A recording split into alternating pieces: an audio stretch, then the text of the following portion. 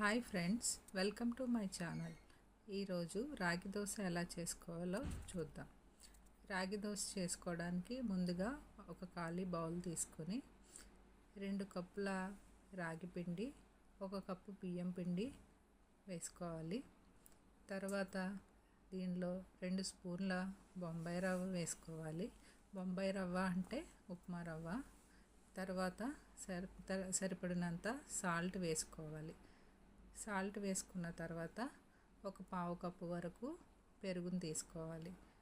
Next ఈ పెరుగు తీసుకున్న తర్వాత ఇందులో కొంచెం ఉల్లిపాయ ముక్కలు, పచ్చిమిర్చి ముక్కలు, కొంచెం అల్లం ముక్కలు వేసుకోవాలి.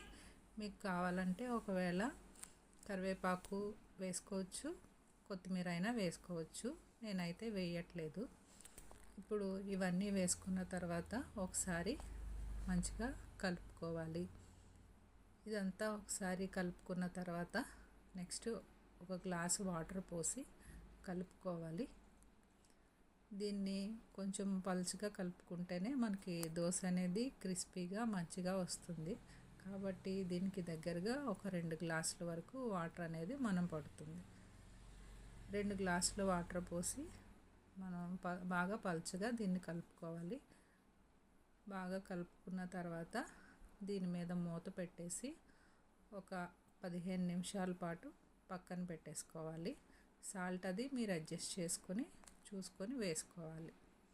ఒక 15 నిమిషాలు పక్కన పెట్టేసుకుని తర్వాత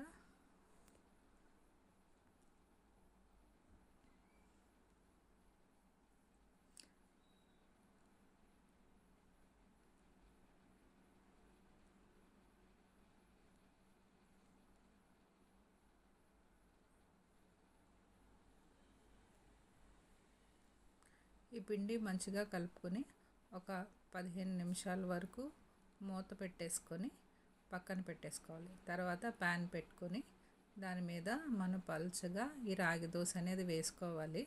మరి ఎక్కువ వేసుకుంటే అది ముద్దగా అయిపోయి సరిగా రాదు. కొంచెం చూసుకొని వేసుకోవాలి. నెక్స్ట్ కొంచెం లైట్గా ఆయిల్ అనేది దీని మీద స్ప్రెడ్ చేసుకోవాలి.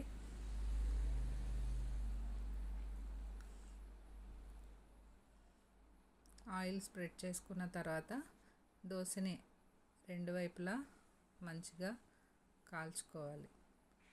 2 వైపులా మంచిగా కాల్చుకున్న తర్వాత మనం దీన్ని ప్లేట్లోకి తీసుకొని పల్లి చట్నీతో కానీ లేకపోతే ఏ చట్నీతో తిన్నా కూడా ఇది చాలా టేస్ట్గా ఉంటుంది. మీకు ఈ వీడియో నచ్చితే కనుక హెల్దీ అండ్ టేస్టీ రాగి దోశ చేసుకొని ట్రై చేయండి.